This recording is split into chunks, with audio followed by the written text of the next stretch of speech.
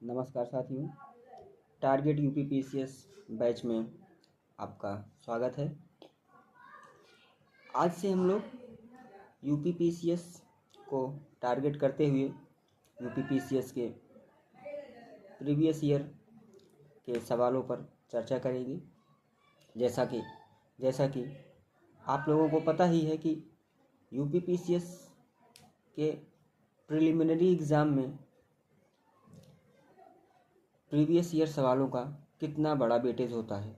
कम से कम देखा जाए तो 15 से 20 सवालों का वेटेज प्रीवियस ईयर सवाल लेकर के चलता है डायरेक्ट, और वहीं अगर इनडायरेक्ट देखा जाए तो ये सवाल 25 से 30 तक पहुंच जाता है।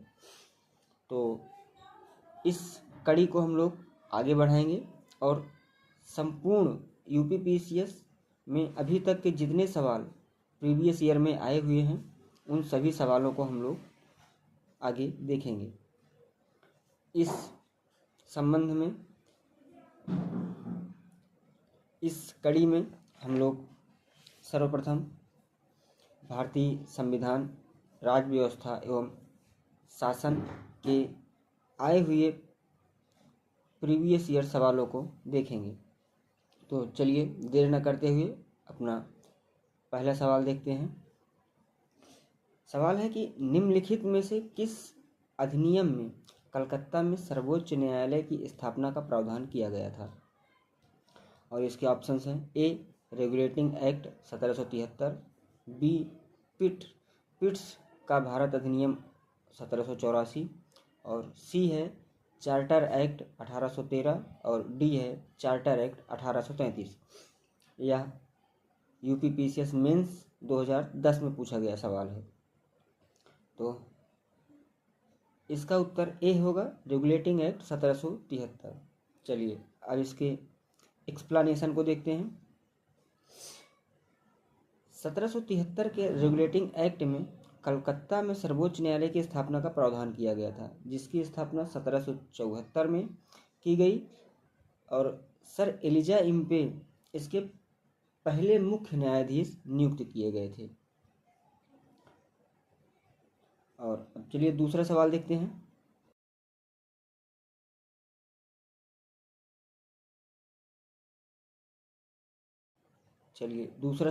हैं। कि 4 कूट दिए गए हैं और सूची ए और सूची 2 को सुमेलित करना है। चलिए, और नीचे उसके कूट दिए गए हैं। पहला है नियंत्रण परिषद की स्थापना, उसके सामने नियामक अधिनियम 1773, सर्वोच्च न्यायालय की स्थापना, पिट्स का भारतीय अधिनियम 1784, इंग्लिश, और सी है इंग्लिश मिशनरियों को भारत में कार्य करने की अनुमति, और डी है गवर्नर जनरल की परिषद में कानूनी सदस्य की नियुक्ति। चलिए इसका मिलान करते हैं। इसमें नियंत्रण परिषद की स्थापना जो है, यह पिट्स का इंडिया एक्ट जो आया था 1784 में, पिट्स इंडिया एक्ट 1784 में जो है नियंत्रण परिषद की स्थापना की गई थी। बी में है सर्वोच्च न्यायालय की स्थापना। अभी हम लोगों ने प्रीवियस ईयर सवाल में देखा, पिछले सवाल में, कि सर्वोच्च न्यायालय की स्थापना कब की गई थी।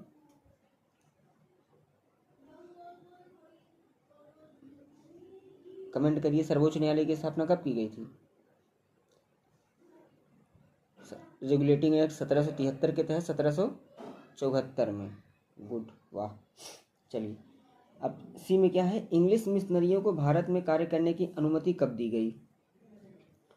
तो याद करिए कि 1813 का अधिनियम, उसमें चीन और चाय का व्यापार, मिशनरियों को भारत में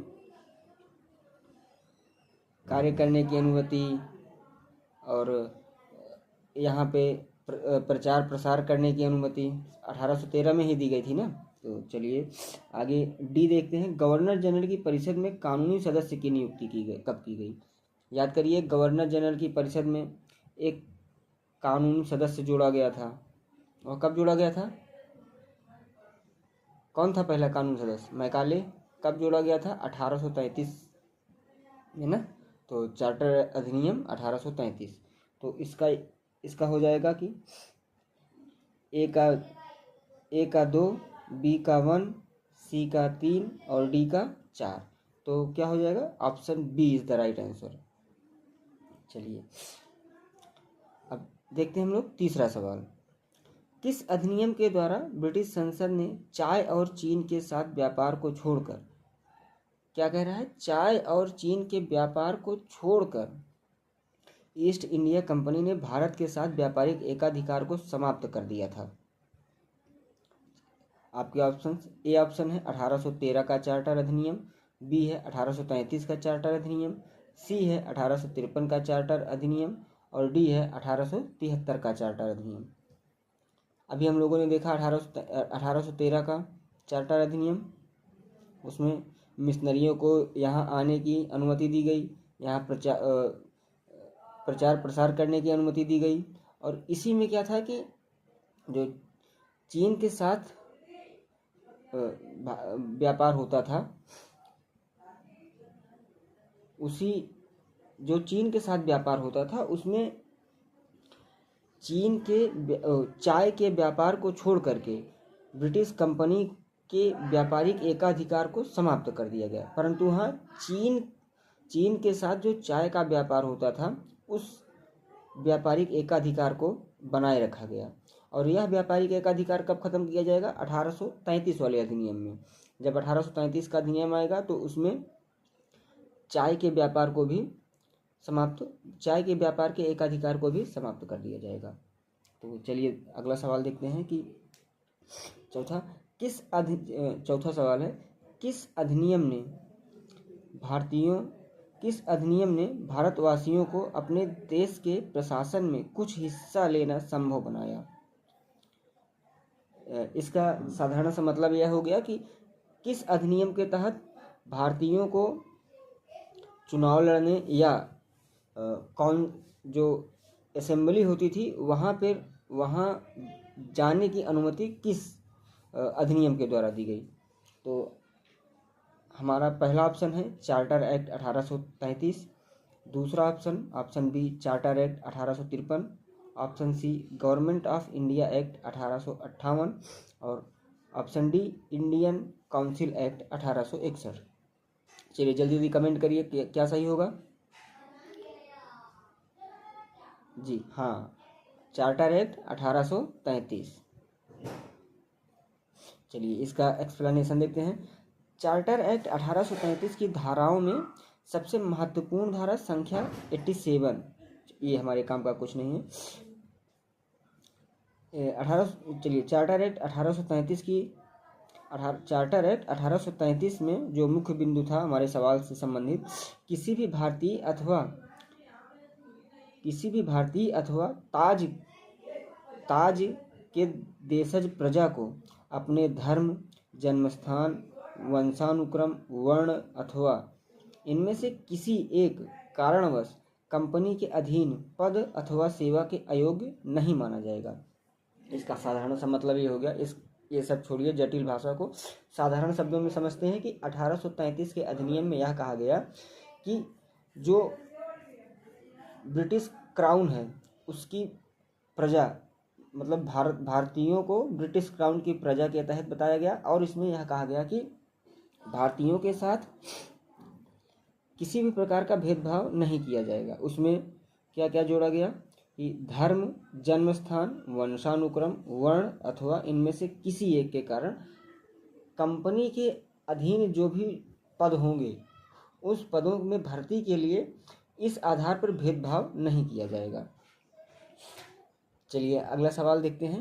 सवाल नंबर 5, निम्नलिखित में से किस अधिनियम के अंतर्गत भारतीय विधान परिषद को बजट पर बहस करने की शक्ति प्रदान की गई या बजट पर बहस करने की शक्ति प्राप्त हुई?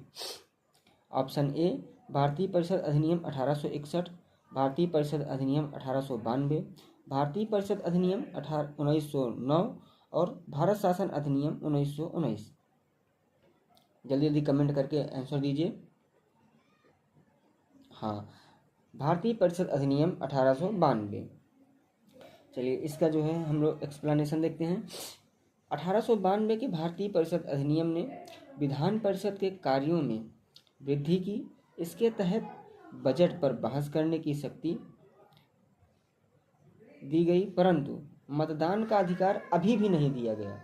बजट पर बहस करने की शक्ति 1892 में दे दी गई थी, परंतु जो बजट पेश होता था उस पर मतदान का अधिकार अभी हम भारतीयों को प्राप्त नहीं हुआ है। मतलब 1892 में यह कह दिया गया कि आप लोग बहस करिए खूब, संसद में जैसे बहस होती है बहस करिए, परंतु उस पर मतदान आप लोग नहीं कर सकते हैं।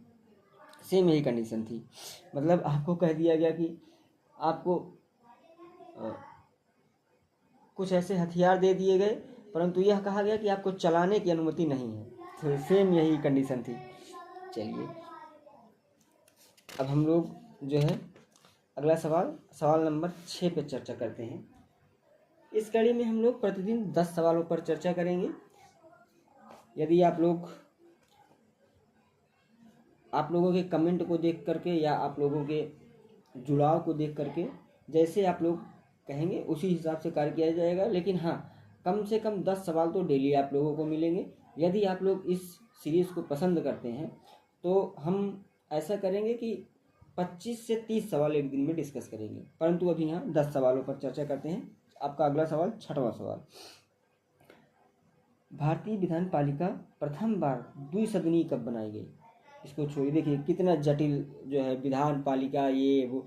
इसका सामान्य सा मतलब ये होगा भारत में जो उस टाइम पे केंद्रीय विधान परिषद बनाई गई थी उसको जो है द्विसदनीय कब बनाया गया। तो इसका पहला ऑप्शन हो गया 1892 के भारतीय काउंसिल एक्ट द्वारा, दूसरा 1909 के भारतीय काउंसिल एक्ट द्वारा, तीसरा 1919 के भारत सरकार अधिनियम द्वारा और चौथा 1935 के भारत शासन अधिनियम द्वारा। इसका सही उत्तर होगा ऑप्शन सी 1919 के भारत सरकार अधिनियम द्वारा। इसका एक्सप्लेनेशन देखते हैं। 1919 के भारत सरकार अधिनियम द्वारा केंद्र में द्विसदनीय विधान पालिका की स्थापना की गई। ऊपरी सदन जिसको उच्च सदन राज्य परिषद काउंसिल ऑफ स्टेट कहलाता था, जबकि निचला सदन केंद्रीय विधानसभा सेंट्रल लेजिस्लेटिव असेंबली कहलाता था। चलिए हम लोग नेक्स्ट सवाल देखते हैं। सवाल नंबर 7, भारतीय सिविल सेवा के संदर्भ में निम्नलिखित कथनों में से कौन सा कथन या कौन से कथन सही है? आपका कथन 1, भारत सरकार अधिनियम 1919 में भारतीय सिविल सेवा के लिए एक अलग परीक्षा का प्रावधान किया गया जो भारत में होनी थी। कथन 2, भारतीय सिविल सेवा में 1941 में भारतीयों का प्रतिशत यूरोपियों से अधिक था। मतलब कथन 2 का कहना है कि भारतीय सिविल सेवा में 1941 में भारतीयों का जो प्रतिशत था वो यूरोपियों से अधिक हो गया था। चलिए इसका प्रूफ है, इसमें क्या बताना है कि सही उत्तर का। देखिए यहाँ ये ध्यान देना जरूरी है कि क्या पूछा है, सही पूछा है या गलत पूछा है, क्योंकि यहाँ पे कंफ्यूज करता है। चलिए आप ऑप्शन ए केवल 1, ऑप्शन बी केवल 2, ऑप्शन सी 1 और 2 दोनों, या ऑप्शन डी एक ना तो 1 और ना ही 2। सही उत्तर है ऑप्शन सी 1 और 2 दोनों। चलिए इसका एक्सप्लेनेशन देखते हैं। भारत में जो आधुनिक मेरिट आधारित सिविल सेवा का प्रारंभ किया गया था यह 1854 में किया गया था। 1854 में जो है सिविल सेवा आयोग की स्थापना हुई और 1854 में सिविल सेवा आयोग की स्थापना की गई और 1855 में पहली बार सिविल सेवा आयोग की परीक्षा का आयोजन किया गया। यह परीक्षा भारत में नहीं अपितु यह परीक्षा कहाँ हुई थी? लंदन में इस परीक्षा का आयोजन किया गया था। परंतु भारतीयों द्वारा यह लगातार मांग की जा रही थी कि इस परीक्षा का आयोजन केवल लंदन में ही क्यों? भाई जब जो व्यक्ति लंदन में परीक्षा दे रहा है उसको आकर के भारत में ही काम करना है, तो इस परीक्षा का आयोजन केवल लंदन में ही क्यों किया जाए, भारत में भी करवाया जाए। तो इसी के संबंध में भारत सरकार अधिनियम 1919 के प्रावधान के अनुरूप 1919 में क्या प्रावधान किया गया, मॉन्टेग्यू चेम्सफोर्ड सुधार में, जो 1919 में मॉन्टेग्यू चेम्सफोर्ड का जो सुधार था 1919 के अधिनियम, उन्हीं के रिपोर्ट के आधार पर लागू हुआ था। तो उन्होंने यह संस्तुति की थी कि जो सिविल सेवा की परीक्षा है वो केवल लंदन में न करा करके भारत में भी कराई जाए। तो 1922 में पहली बार भारत में भी जो है ICS की परीक्षा कराई गई।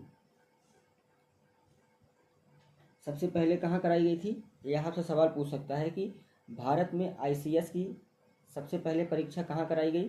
तो भारत में ICS की सबसे पहले परीक्षा 1922 में इलाहाबाद में, वर्तमान प्रयागराज में कराई गई, और इसके पश्चात दिल्ली में कराई गई। और स्टेटमेंट दो में क्या है कि 1941 में भारतीयों का प्रतिशत यूरोपियों के प्रतिशत से अधिक हो गया था। तो हाँ, 1930 के दशक के अंत तक यूरोपियों की उपलब्धता भारतीय सिविल सेवा में कम होती गई तथा इस सेवा में 1941 तक स्पष्ट रूप से भारतीयों का प्रतिशत यूरोपियों के से अधिक हो चुका था।